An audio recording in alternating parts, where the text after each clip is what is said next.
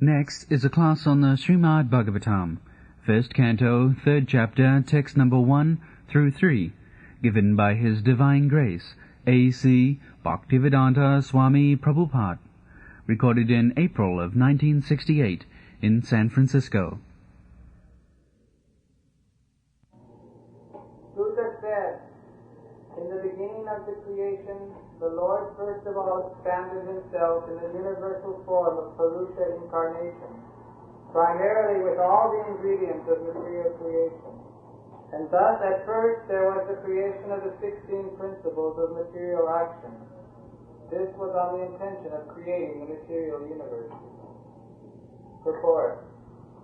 As it is said in the Bhagavad Gita, that the personality of Godhead, Sri Krishna, maintains this material universe by extending his part of plenary expansion. So this Purusha form is the confirmation of the same principle. The original personality of Godhead, Vasudeva, our Lord Krishna, who is famous as the son of King of Vasudeva, or King Nanda, the very same personality of Godhead is full with all opulences, all potencies, all fame, all beauty, all knowledge, and all renunciation. Part of his opulences is manifested as impersonal Brahman, and part of his opulences is manifested as Paramatma. This Purusha feature of the same personality of Godhead, Sri Krishna, is the original Paramatma manifestation of the Lord. There are 3 Purusha features in the matter of material creation, and this form, who is known as the Karma-Bakashayi Vishnu, is the first of the 3. The others are known as Garva-Bakashayi Vishnu and the Kira-Bakashayi Vishnu, which we shall know one after another. This Vishnu, Karma-Bakashayi, Garva-Bakashayi and Kira-Bakashayi. These are little technical, try to understand. Now, this universe which you find just like a big ball, there are innumerable universes like this, and they are floating in water. That water is called causal ocean. So, that causal ocean, there is, completing the whole ocean, big gigantic body is lying down there. That is known as Karma-Bakashayi Vishnu. The Vishnu in the gigantic form is sleeping within the water of that causal ocean. And while he is inhaling and exhaling, breathing, there are bubbles, and those bubbles are manifested as universe. This is stated in Brahma Samhita, Jastaika Nishtasita Kalamathavalambya Jivanti Loma Vilaja Jagadandanatha.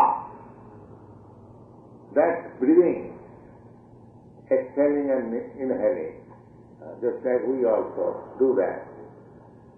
So, we have inherited that exhaling, inhaling from that Vishnu. So, all these Brahmandas are universal. Each of them has a predominant deity. He is called Brahma. Brahmanda, the master of this Brahmanda is called Brahma. Now this duration of this Brahma, duration of life, is only the inhaling and exhaling period of Mahal. When he is exhaling, all the Brahmandas are coming in existence. And when he is inhaling, they all vanish. This process is going on. And the Supreme Person who is doing this, creation and dissolution, he is called Mahavishnu. Vishnu Mahansa Yajasa Kalavishesha Govindamadi Purusam Tamam Bhajam. So, the reference is in the Brahma Samhita that Mahavishnu is also part and parcel of Govinda Krishna. We just try to understand what is Krishna. Then go. The innumerable universes are generated from the skin holes of this carnal Dakashaya Vishnu, and in each one of the universes the Lord enters the carnal Dakashaya Vishnu. Again, after creation of the universe, he enters each and every universe. This universe is filled with water, half.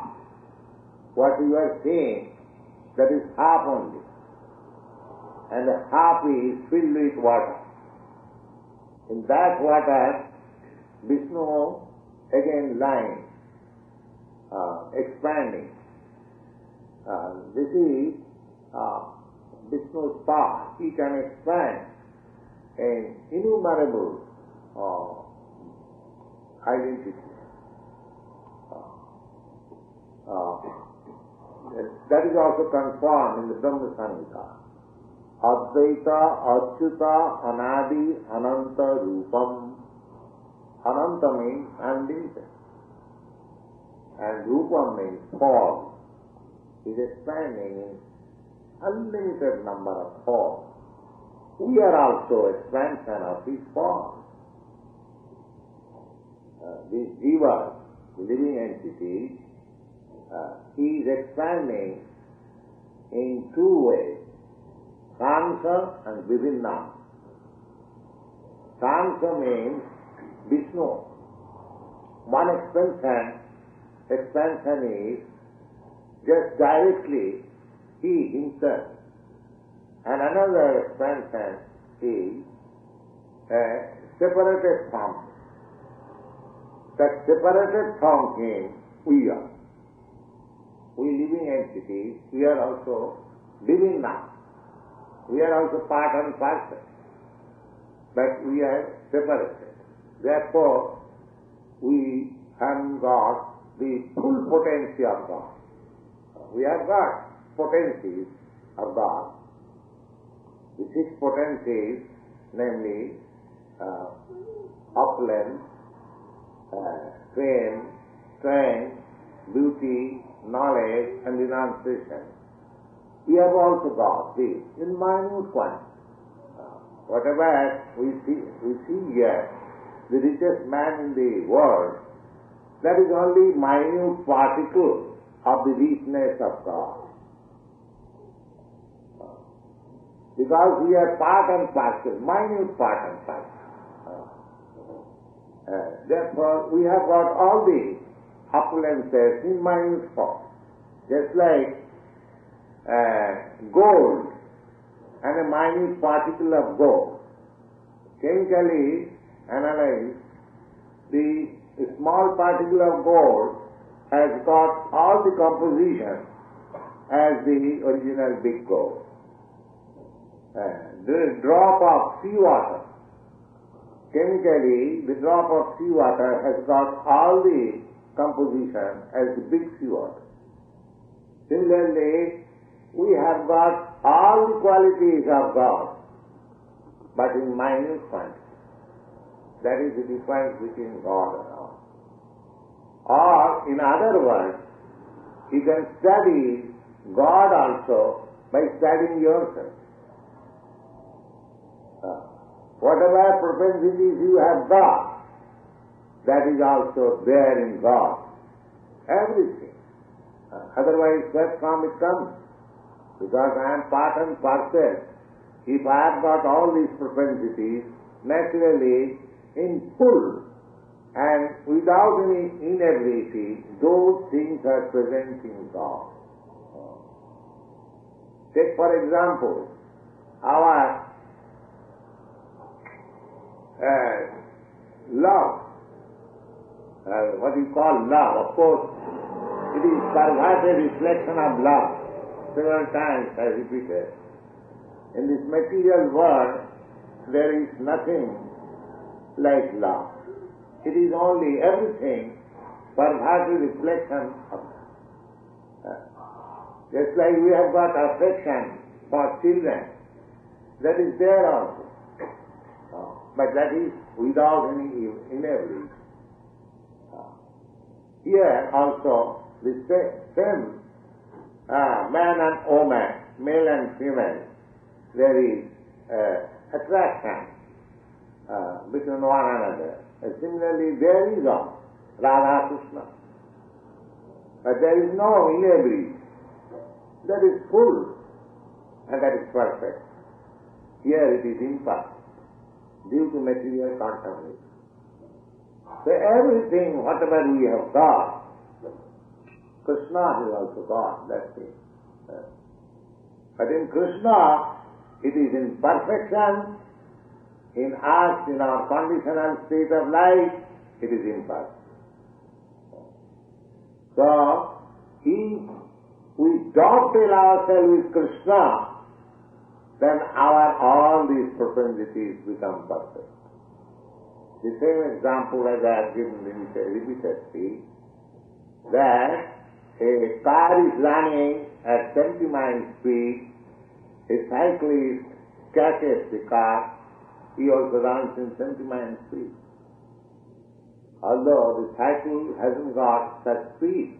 Similarly, although we are minute particles of God, if we dovetail ourselves with the consciousness of God, of Krishna consciousness, then we become equally speedy.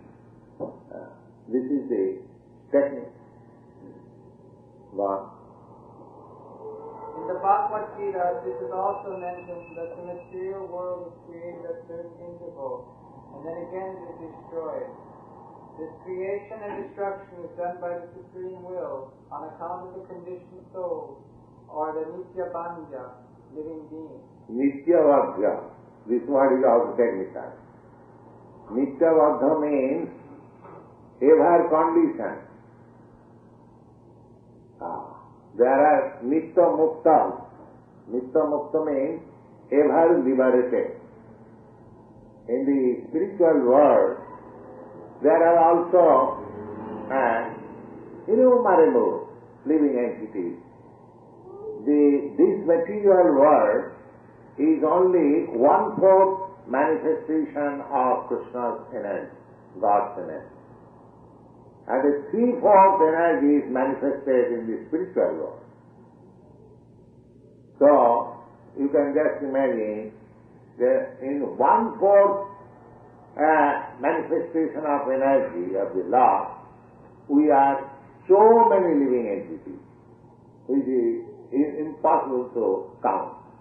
Now, you can imagine how many more living entities are there. But here we are conditioned and they are liberated. Those who are conditioned, they are called Nityabadha, ever conditioned. Nityabadha means we do not know when this conditional state has begun. It is impossible to trace out the history. But we are conditioned. There is no doubt about it. Condition means no freedom. No freedom. As free souls, we are free. Sarvada, we can go everywhere, anywhere. Even those who get some mystic power by perfection of yoga practice, they can also exhibit some power. So why? As we become free from material conditions, our original freedom comes. So one of the qualifications of the spirit soul is sarvaga. Sarvaga means he can go anywhere and everywhere. But because you are conditional state, we are trying so much to go to the moon planet, we cannot go. But Narada, because he is free, he has got full spiritual body, he can go anywhere he likes. Go on. The Nityapadya, the eternally conditioned souls, have the sense of individuality, or ahamkara, which dictates them for sense enjoyment, which they are unable to have constitutionally. The Lord is the only enjoyer, and all others are enjoyed. The living beings are predominated enjoyer, but the eternally conditioned souls, forgetful of this constitutional position, have strong aspiration for enjoying. This chance of enjoying the matter is given to the conditioned souls in the material world, and side by side they are given the chance of understanding the real constitutional position.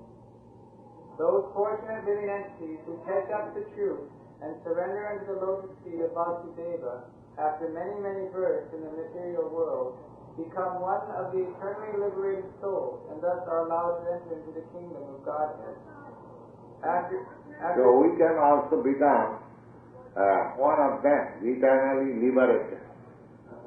But we are not admitted in the spiritual kingdom unless we are given up this false sense of lording it over the material nature. Here, the conditioned soul, everyone is trying to become the Lord, imitating. Everyone is trying. But there is class. You are trying to become Lord, I am trying to become Lord. Therefore, there is class. In the spiritual world, the Lord is one, and there is no competition of lording it over. Therefore, in the spiritual world, everything is unconditional. Freedom. Yes, Ram. After this, such fortunate living entities have no more to come within the occasional material creation. But those who cannot catch up to constitutional truth are again kept merged in the Mahatattva at the time of annihilation of the material creation. When the creation is again set up, this Mahatattva is again let loose, and this Mahatattva contains all the ingredients of material manifestation, including the conditioned soul. Primarily, this Mahatattva is divided into 16 parts, namely the 5 gross material elements and the 11 working instruments of our senses. 5 elements mean the sky, air, then fire, water, and earth. And 5 senses acquiring knowledge, just like eye, ear, tongue, smelling, we are acquiring knowledge by this. And working 5 senses, there's a hand, leg, the genital, and in this way. There are 5 working senses and 5 knowledge acquiring senses, and mind is the same. Therefore 11. 11 plus 5 elements equal to 16. Wow. It is like the cloud in a clear sky. In the spiritual sky, the effulgence of Brahman is spread all around, and the whole system is dazzling in spiritual light. The Mahatattva is assembled in some corner of that vast and limited spiritual sky, and the part which thus is covered by the Mahatattva is called the material sky. This part of the spirit... This is also very important. The sky is one. Just like we can experience the sky, and suppose the sky on San Francisco is overcast with clouds. We say that then we are covered in clouds. Practically, this San Francisco sky is only a fragmental portion of the whole sky. Similarly, the real sky is a spiritual sky, Parabhom. When that Parabhom partially is clouded with Mahatattva, that is called material world. This is a position of material world. Material world is also existing in the spiritual world, but it is covered and in a fragmental segment. Yes. This part of the spiritual sky, called the Mahatattva, is only an insignificant portion of the whole spiritual sky.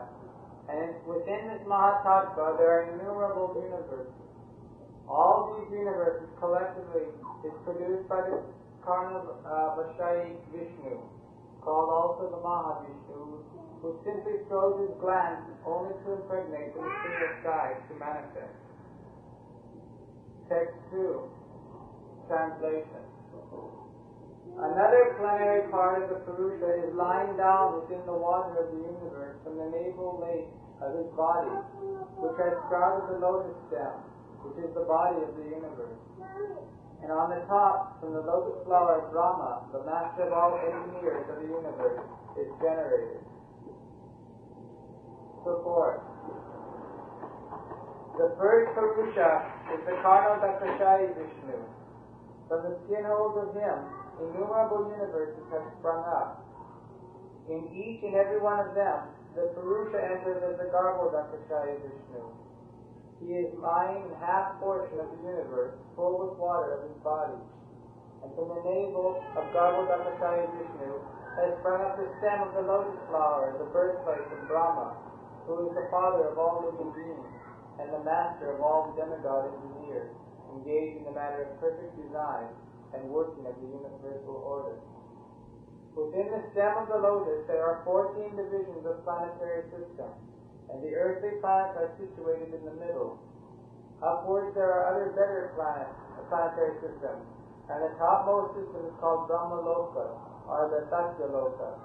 Downwards, the earthly planetary system, there are 7 downward planetary systems, domiciled by the Asuras and similar other most materialistic living beings.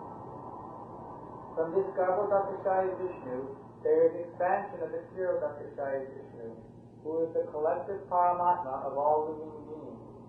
He is called Hari, and from him all incarnations within the universe are expanded.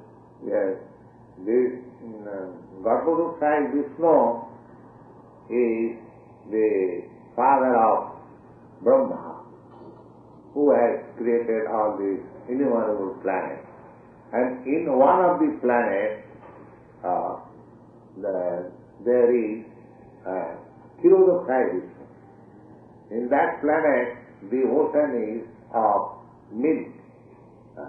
There are different kinds of ocean, as we get information from Vedic literature. As we have got here the ocean of water, similarly there is ocean of milk, there is ocean of oil. There is just like you have got oil within earth. Similarly in those planets there are oil ocean, milk ocean. So there is one planet within this universe which has got ocean of milk, and in that milk ocean there is another Vishnu which is called Kshirodakashayi Vishnu. Kshira means milk, Udak means water. Therefore, the conclusion is that the Purusha avatar is manifested in 3 features, namely, first, the Karna-Dakashayi, who creates aggregate material ingredients in the Mahatattva. Second, the Garbhodakashayi, who enters in each and every universe and third the Krirodakashaya Vishnu, who is the Paramatma of every material object, organic or inorganic. This Krirodakashaya Vishnu is in everyone's heart. He is also sitting with me.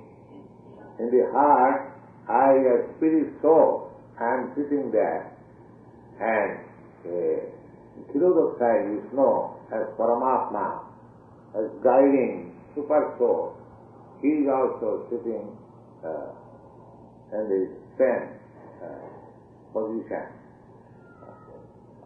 One is, it is stated in the Upanishad that two birds are sitting in one tree. One bird is eating the fruit and the other bird is simply witnessing. So, Krirodakashaya Vishnu as Paramatma, he is witnessing the activities of the individual soul. And according to the activities of the individual soul, he is getting the necessary results. He is witness. In the Bhagavad Gita, also it is confirmed. Hanumanta Upadrashya. Upadrashya means witness. Suppose you are doing something, I have nothing to do with your activities, but I can see and see what you are doing. So, he is Upadrashya. And Anumanta. Anumanta means the individual soul cannot do anything without the sanction of the super soul. Either he may do something good or bad, but it has to be taken sanction from the super soul. Just like there is an English version that not a grass moves without the sanction of God. So, without sanction of God, we cannot do anything. You may say that when we do something bad, why God gives us sanction?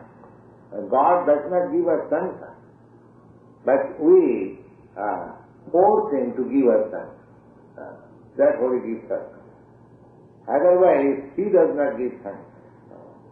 But because we want to do it persistently, so God gives us sanction. All right, you can do it, and you have to enjoy or suffer the result. Therefore, in the Bhagavad Gita, the last instruction is that Sarva Dharman Parityajya Mamekam Saranam. Don't try to do according to your way. You just surrender unto me. Abide by me. Then I shall give you all protection. But if you want to do according to your own way, and if you do not hear me, what can I do? You do it. And enjoy the result. Suppose a foolish boy is trying to touch fire. Father says, don't do it. In spite of that, if the foolish boy does it, his hand is burned, the father is not responsible. He says, don't do it.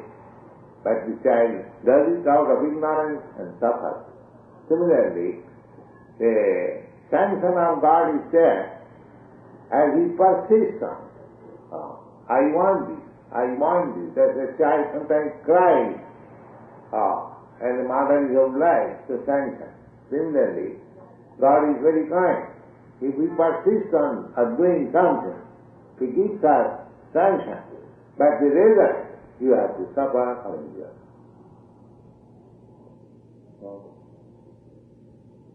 One who knows these plenary features of the personality of Godhead knows also Him, Godhead, properly, and thus the knower becomes free from the material conditions of birth, death, old age, and diseases, as it is confirmed in the Bhagavad Gita. In this sloka, the subject matter of Mahavishnu is summarized. The Mahavishnu lies down in some part of the spiritual sky by his own free will, and thus he does lie on the ocean of Karana, from where he glances over his material nature, and the Mahatattva is at once created. Thus, electrified by the power of the Lord, the material nature creates at once innumerable universes, just like in due course a tree is decorated with innumerable grown-up fruits, all at a time. The seed of the tree is sown by the cultivator, and the tree or creeper in due course becomes manifested with so many fruits. Nothing can take place without a cause. The Karana ocean is therefore called the causal ocean. Karana means causal. We should not foolishly accept the theory of creation by the atheist without any cause. The description of such atheists is given in the Bhagavad Gita. The atheist does not believe in the Creator, neither he can give any good explanations of the theory of creation. Material nature has no power to create. The atheist class of men, they do not agree to accept that this material world is created by God. They give some reason of their own way of thinking, and most of the arguments are perhaps like this, perhaps like this, perhaps like this. What is this nonsense, perhaps? Is that science, perhaps? So, they have no sufficient reason that there is no creator. In everything we find there is a creator. Anything you take for example this table, there is a creator. Somebody has manufactured it. This microphone, somebody has created. Anything you take, you have to find out some creator. And such a vast, gigantic thing going on so nicely and punctually. The sun is rising punctually, the moon is rising punctually, the fortnight is going on, the season is coming punctually, everything. And why there should be no creator or no superintendent? That answer is there in the Bhagavad Gita. Maya dhasena prakriti suati sacharacharam, under my superintendence. So if we accept this, then the whole problem is solved. But if we don't accept it, then we have to speculate, but we never to come to the right conclusion how this creation began. That is not possible to understand by such way. Well, material nature has no power to create. Without the power of the Purusha, as much as a Prakriti or woman cannot produce any child without the connection of a Purusha. The Purusha impregnates and the Prakriti delivers. We should not expect milk from the fleshy bag in the neck of the goat, although they look like the breastly nipples. Similarly, we should not expect any creative power from the material ingredient. We must believe in the power of the Purusha who impregnates the Prakriti or nature. And because the Lord wished for lying down in meditation, the material energy created innumerable universes also at once, and in each of them the Lord laid himself down, and thus all the planets and the different paraphernalia were created at once by the will of the Lord. The Lord has unlimited potencies, and as such he can perform as he likes in perfect planning, although personally he has nothing to do, and nobody is greater or equal to him. In the Bible also it is said, God said, let there be creation, and there was creation. That means God is the origin of creation. Yes, God. That is the verdict of the Veda. Text number 3. Translation. It is conceived as that all the universal planetary systems are situated on the extensive bodily features of the Purusha, but he has nothing to do with the created material ingredients. This is universal form of the Lord, Virata Purusha. Here is also. This is more or less imaginary. But Virata Purusha, just like Arjuna was shown the Virata Purusha, universal form. That is not eternal. That was causal, temporary for the time being. It was shown to you. Yes. His body is eternally in spiritual existence prior to life. Purport. The conception of Virata Rupa or Vishva Rupa of the Supreme Absolute Truth is specially meant for the neophyte materialist who can hardly think of the transcendental form of the personality of Godhead. To them, a form means something of this material world, and as such, an opposite conception of the Absolute is necessary for them in the beginning, to concentrate their minds in the power extension of the Lord. As stated above, the Lord extends His potency in the form of Mahatattva, which includes all material ingredients. The extension of power by the Lord and the Lord Himself personally are one in one sense, but at the same time, the Mahatattva is different also from the Lord. Therefore, the potency of the Lord and the Lord are non-different. The conception of the Virata Rupa, especially for the impersonalist, is thus non-different from the eternal form of the Lord. This eternal form of the Lord exists prior to the creation of the Mahatattva, and it is stressed here that the eternal form of the Lord is perfect. It is just like in the Bible it is said, God says, let there be creation. That means before the creation, before this material creation, God was there. And material, there was nothing material. Therefore, God's body cannot be material, because He existed before the creation of matter. So, before creation of matter, there was nothing like matter. God was there. The conclusion is that God has no material body. He spoke, let there be creation. He spoke means He is a person. Otherwise, how He can speak? But His personality is not material, because when He spoke, there was no material creation. Therefore, the persons with less intelligence, they cannot understand that God's body is not matter. They think that anything has got a body is matter. But that is not the case. The real thing is that God has got body, but not material body. And it is confirmed in the Brahma Samhita that Ishara Parama Krishna Satchidananda Vigraha. His body is eternal, full of bliss and full of knowledge. Just opposite. We have got this body which is neither eternal, nor full of bliss, nor full of knowledge. This body is full of ignorance and full of misery and temporary. Therefore, God hasn't got a body like this.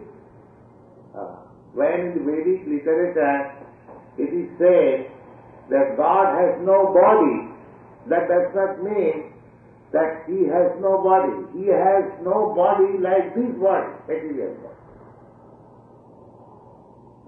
Apanipada Javanaggrahita. The Vedic literature says like this, that God has no leg, no hand. Therefore the impersonalists take advantage of it. So here it is stated, God has no leg, no hand. But the next line is Javanaggrahita. He can accept everything which you offer him in devotion. Now how he can accept? If he has no hand, how he can accept things from us? That means he hasn't got a hand like us. His hand is different. Therefore, even though he is situated in the spiritual world, which is far, far away from us, and still, he says, in the Bhagavad Gita, he says, taya bhaktyapuhitam asnami prajatatmana patram puspam phalam tuyam jumi bhaktya prajastati. Krishna says that a little flower or little water or a little leaf, whatever my devotee offers me in love and devotion, I accept it. And taya bhaktya puridam, and because he has brought it with great devotion, therefore I eat. Taya bhaktya puridam asnami. Asnami means I eat. Now, you can say, all right, I offer these fruits and flowers to God, but it is the same, it is remaining. How is eating? But his eating is not like my eating, because he hasn't got a body like this.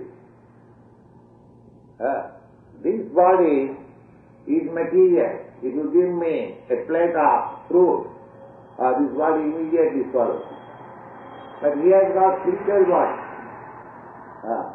He eats simply as soon as he knows that you have offered him devotion, he eats immediately.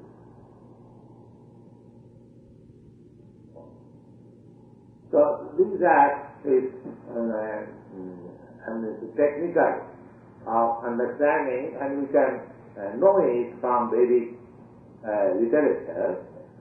Just like in the Vedas it says, Purnasya Purnamadaya Purnameva Vajishya. We cannot imagine Purna means full. If you take full from the full, still the balance is full. That is the spiritual calculation. Just like you have got $100 and I take $100 from you, and still you have got $100. And this is beyond material conception. Here 1 minus 1 equal to 0. And in the spiritual world, 1 minus 1 equal to 1. Here 1 plus 1 equal to 2. And in the spiritual world, 1 plus 1 equal to 1. So these things are very subtle. As we make progress in spiritual understanding, just like how Krishna can eat from such a distant place. No, Krishna is everywhere. He is in you. The eating process is different. Because his body is spiritual. Purnasya Purnamadaya. You can take the whole thing, it's still 1 minus 1 equal to 1. It's still the Purnasya Purnamadaya Purnameva. What is your question? I was going to ask if the rose-colored light that we see around the food was being offered up. You can ask after we have finished. Not within the lecture, you cannot ask. What is that?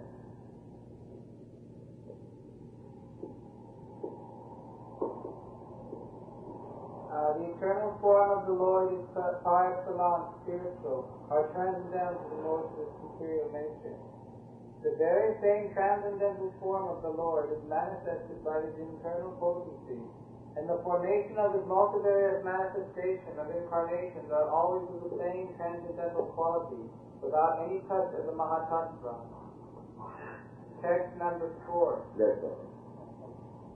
Now, what is your question? We offered food up one time to Krishna, and also Fruit? yeah, fruit Yes. to Krishna. And while we were offering it up, when we raised our heads, we looked at the food, we saw a rose-colored light that was vibrating all around the food. Is this how he eats?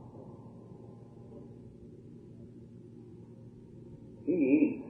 How he eats, that you can understand when you make acknowledgement.